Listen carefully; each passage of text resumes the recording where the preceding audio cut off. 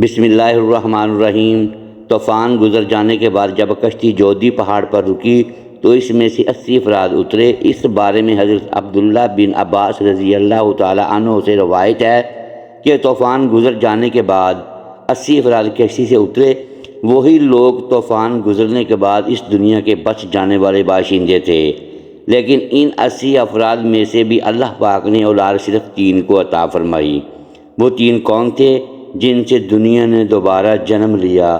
حضرت امام ابن عساکر رحمۃ اللہ علیہ اپنی کتاب تاریخ دمشق بن عساکر میں لکھتے ہیں کہ حضرت آدم علیہ السلام کے دنیا میں تشریف لانے سے لے کر اب تک 9288 سال گزر چکے ہیں، اور حضرت نوح علیہ السلام اور حضرت موسیٰ علیہ السلام درمیانی وقفہ 1960 سال ہے۔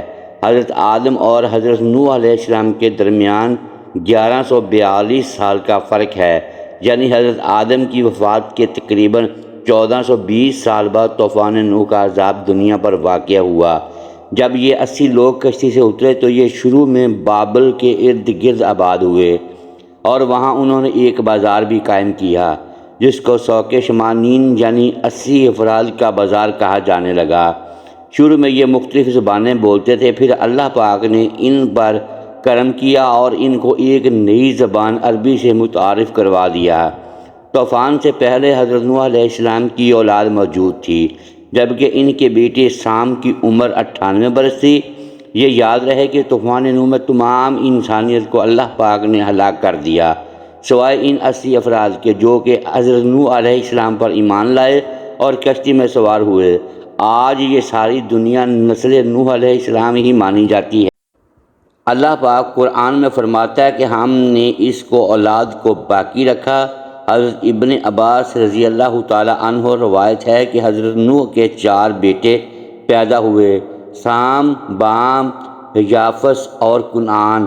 حضرت سام کی اولاد سفید اور گلمی رنگ کی پیدا ہوئی، حضرت بام کی اولاد کالی پیدا ہوئی، تیسرے بیٹی حضرت یافس کی اولاد سرخی مائل پیدا ہوئی، اور چوتھا بیٹا کنعان تھا جو اپنی ماں کی طرح نوح پر ایمان نہ لایا اور طوفان میں ہی غرق ہوا تھا۔ حضرت ابو قتادہ سے روایت ہے کہ تمام انسان حضرت نوح علیہ السلام کی ہی اولاد ہیں۔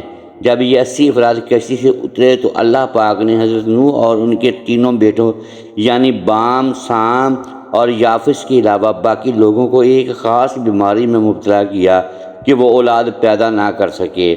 شروع میں یہ تمام افراد بابل میں رہنے لگے، لیکن جیسے جیسے سام، بام، یافس کی اولاد بڑھنے لگی تو انہوں نے دوسرے علاقوں میں ہجرت شروع کر دی۔ حضرت نوح علیہ السلام کے تینوں بیٹے کا ذکر جو ہم پہلے بھی کر چکے ہیں، آپ کو بتاتے چلے کہ سام کو ایشیا، بام کو افریقہ اور یافس کو یورپ کا جد امجد کہا جاتا ہے۔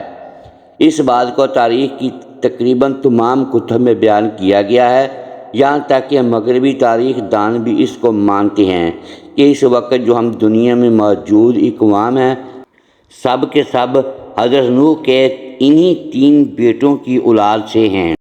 حضرت نوح علیہ السلام کے تینوں بیٹوں میں سے حضرت سام کو یہ اعزاز حاصل ہے کہ طوفان کے آنے کے بعد تمام انبیاء انہی کی نسل سے تھے۔ آئیے دوستو سب سے پہلے حضرت نوح علیہ السلام کے بیٹے حضرت سام کی اولاد کا ذکر کرتے ہیں۔ حضرت سام کے بیٹوں کی تعداد تاریخ کی کتابوں میں متفقہ علیہ 11 بیان کی گئی ہے، جن کے نام ایلام، کہتان، اسور، عاد، کتبہ، ارفکسد، نود، کیے، یود، ارشد اور ارام بیان ہوتے ہیں۔ ان میں سے ارام کے 4 بیٹے تھے جن کا نام اوس، جتر، ہول اور حس تھے۔ جتر کے بیٹے کا نام سمود تھا، یہی حضرت صالح علیہ السلام تھے اور آپ قوم عاد کے پیغمبر تھے۔ اوس کے 2 بیٹے تھے، ان میں سے ایک کا نام عاد اور دوسرے کا نام ابیل تھا۔ عاد سے ہی قوم عاد وجود میں آئی۔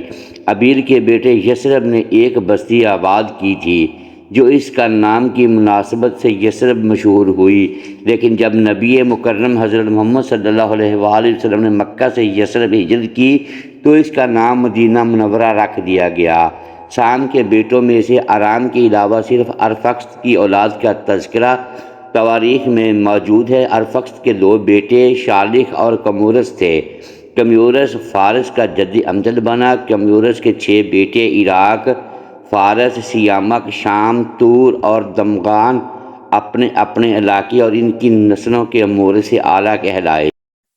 ان میں سے سیامک کے بیٹے ہوشنگ کو فارس کے بادشاہوں کا جد امجد کہا جاتا ہے۔ اسی طرح ارفکسد کا جو دوسرا بیٹا تھا شالخ، اس کا صرف ایک بیٹا تھا جس کا نام عابر تھا۔ تاریخ دانوں نے انہیں عابر کو حضرت ہود علیہ السلام بھی لکھا ہے۔ جتر کے بیٹے سمود جو حضرت صالح علیہ السلام تھے، ان کے 2 بیٹے تھے، ایک کا نام فلج تھا اور دوسرے کا نام یکتان تھا۔ فلج حضرت ابراہیم علیہ السلام کے جد امجد ہے، جبکہ یکتان کے 12 بیٹے تھے اور وہ سارے عرب میں آباد ہوئے اور انہی کی اولاد عرب ممالک میں پھیلی۔ یہ تھی حضرت نوح علیہ السلام کے پہلے بیٹے سام کی اولاد۔ اب حضرت نوح علیہ السلام کے دوسرے بیٹے حام کی اولاد کی تفصیل آپ کو بتاتے ہیں۔ حضرت حام کے 10 بیٹے تھے، ان کا نام عکوش، حبش، نام، بویا، فوت، افرنج، سندھ، کنعان، ہرمز، مصر اور ہند تھے۔ ان میں سندھ کی اولاد نے سندھ، کنعان کی اولاد نے کنعان یعنی شام، مصر کی اولاد نے مصر، حبش کی اولاد نے حبشہ اور ہند کی اولاد نے ہند کو آباد کیا۔ اسی طرح سے مصر کے مصریوں کا جد امجد کہا جاتا ہے۔ اس کے بیٹوں کا نام بودمی، اناسی، امی، نفوسی، فتروسی، کلسوجیہ اور کفتوری بیان کیے گئے ہیں۔ بام کا ایک بیٹا ہند جس کو ہندوستان کا جد امجد کہا جاتا ہے، اس کے 4 بیٹے تھے جن کا نام پورب، دکن، نہروال اور بنگ تھے۔ بنگ بنگالیوں کا اور پورب مشرقی ہندوستان کی دوسری قوموں کا جد امجد تھا، لیکن دکن اور اس کی 3 بیٹے دکن کی مختلف قوموں کے مورث اعلیٰ کہلائے۔ اب بات کرتے ہیں حضرت نوح علیہ السلام کے تیسرے بیٹے یافس کی۔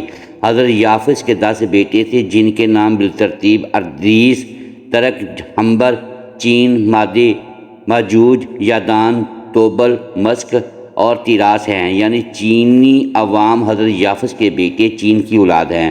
ترک کی اولاد نے ترکستان کی ریاستیں آباد کیں۔ مسلک اور توبل نیس نے روس کو آباد کیا۔ ابھی بھی روس میں یہ 2 شہر موجود ہیں۔ اللہ اکبر!